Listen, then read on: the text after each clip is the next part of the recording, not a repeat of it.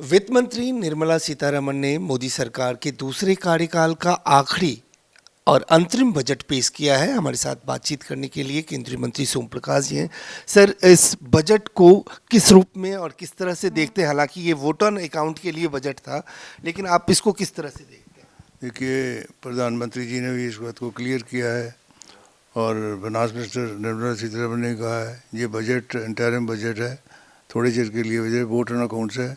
असली बजट अगली सरकार बनने के बाद पेश किया जाएगा। इसमें तो अरेंजमेंट्स किए हैं, पर फिर भी इसमें बहुत अच्छे कोई पॉइंट उन्होंने दिए हैं। एक तो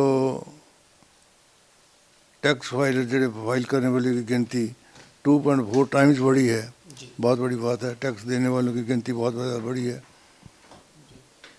और टैक्स भी बड़ा है। जो एक बड़ी बात, जो 300 यूनिट्स बिजली के माफ़ करने की बात कही है, सोलर पैनल लगने से वो पैनल लगेंगे, 300 यूनिट हर व्यक्ति की बिजली की बिल माफ़ हो सकता है। ये बहुत बड़ी रिलीफ है। और एक आंगनबाड़ी वर्कर्स, आशा वर्कर्स को जो हेल्थ केयर फैसिलिटीज़ दी गई हैं, ये भी एक बहुत बड़ी डिमांड थी। बहुत लोगों उनको लो पेड जो एम्प्लॉइज हैं उनके लिए बहुत बड़ी स्कीम है। और हाउसिंग के लिए भी उनका 2 करोड़ नए हाउस और बनाए जाएंगे और मिडिल इनकम ग्रुप वालों के लिए हाउसिंग स्कीम शुरू की जाएगी। ये बहुत बेसिक चेंजेस हैं जो बहुत बड़ी स्कीम आने वाले समय में, जैसे सबका विकास की बात करते हैं हम उस ढंग से। और PLI स्कीम जो देश को आत्मनिर्भर बनाने की बात करती है, देश में इम्पोर्ट को कम करने की बात है, उससे 1200 करोड़ रुपये उसके लिए रखा गया है। और इस तरह बहुत सारी और स्कीमें शुरू की गई हैं। बेसिकली तो स्कीम जो है, जो अब तक की प्राप्तियां, उसका भी जिक्र किया गया है।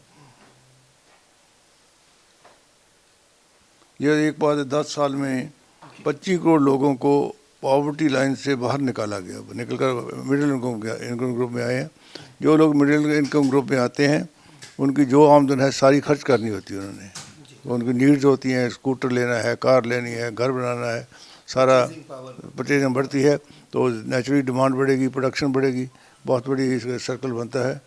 तो ऐसी बहुत सारी स्कीमें, मुद्रा लोन्स की भी बात की है, बहुत सारे लोगों को दिया गया है। बेसिकली तो ये बजट थोड़े चिर के लिए बजट है और जो इलेक्शन होगी मई के बाद, मई में जो जून में बजट आएगा उसमें डिटेल्ड बजट दिया जाएगा। लेकिन विपक्ष ये कह रहा है कि आम आदमी को, मध्यम वर्ग को कोई टैक्स में रिलीफ नहीं मिला, जबकि कॉरपोरेट टैक्स को आप लोगों ने 25 से घटा के 22% कर दिया। यानी मिडिल क्लास मोदी सरकार के एजेंडे में नहीं है। देखिए, ये एटीट्यूड की बात है। 1 करोड़ लोगों को फ़ायदा दिएगा जिनके टैक्स पर बकाया पिछले सालों से पड़े थे। 1 करोड़ लोगों को 2009-10 तक के, 10 से 14 तक के 1 करोड़ लोगों को फ़ायदा दिया गया जिनके डिस्प्यूट चलते थे, डिमांड खड़ी थी, उनको खत्म। 1 करोड़ लोग थोड़ी होते हैं। ये उनको तो ठीक बात उन्होंने देखनी नहीं है, आप बोलना ही बोलना होता है अपोजिशन है, उनका काम यही है। तो अपने ढंग से सोचते हैं।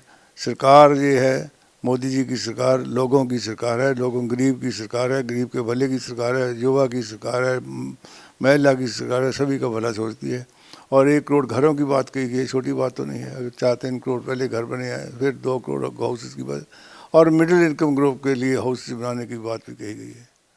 पंजाब के दृष्टिकोण से इस बजट को कैसे देखते हैं? क्योंकि पंजाब की जो कांग्रेस के या आम आदमी पार्टी के सांसद हैं वो कह रहे हैं निखित बजट है, इससे ज़्यादा इसमें सिर्फ प्रोपेगेंडा है, पंजाब के सारे प्रोजेक्ट गुजरात जा रहे हैं, पंजाब के लिए इस बजट में कुछ भी नहीं रखा गया। देखो, उनका फ्रस्ट्रेशन बोल रही है उनकी, और कुछ नहीं है। इस बजट में बहुत किसी स्टेट का जिक्र ही नहीं किया गया है।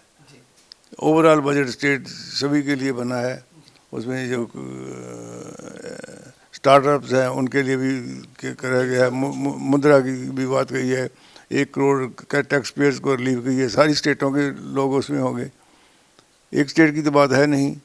तो ये कहने की बात है, वो उनका जैसे पार्टियों में चल रहा है, रोज लड़ते हैं, झगड़ते हैं आपस में, उस फ्रस्ट्रेशन को निकालने के लिए सरकार पे इल्ज़ाम लगा देते हैं, और क्या करना। एक आखिरी सवाल, 2024 का लोकसभा चुनाव नज़दीक है, हालांकि यह एंटरिम बजट है, फिर भी ये कहा जा रहा है कि मोदी ये जी के 2047 का 2047 का जो विज़न है उसका एक ग्लिम्प्स जो है, उसकी एक झलक जो है इस एंटरिम बजट में है, जैसा कि डिफेंस मिनिस्टर राजनाथ सिंह ने भी कहा।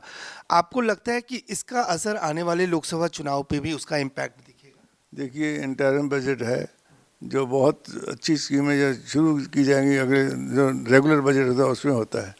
सो ये प्रधानमंत्री का संकल्प है विकसित भारत हो, देश तरक्की करे, खुशहाल हो, दुनिया में बड़ी ताकत बने, उसके लिए तो कर ही रहे हैं। और ये इसकी ग्लिम्प्स भी है हर वर्ग के लिए, घर हर को हो, पानी का पीने का पानी हो, गैस मिल गई, घर मिल जाए, टॉयलेट हर घर में हो, ये बेसिक चीज़ें सब देश के सभी वर्ग जब तरक्की करें तभी देश विकसित होगा। इसलिए महिला को भी, युवा को भी, बुजुर्गों को भी, सभी के लिए ये स्कीमें बनाई गई हैं। तो केंद्रीय मंत्री सोम प्रकाश जी का कहना है कि हालांकि अंतरिम बजट है, लेकिन इस बजट में देश के युवाओं, महिलाओं, सभी के लिए कुछ ना कुछ है, और जो स्कीम्स हैं, जो योजनाएं हैं सरकार की, वो किसी एक प्रदेश तक सीमित नहीं है, इसका लाभ देश के सभी राज्यों को मिलेगा। कैमरामैन फिरोज के साथ अजय झा, दैनिक सवेरा, दिल्ली।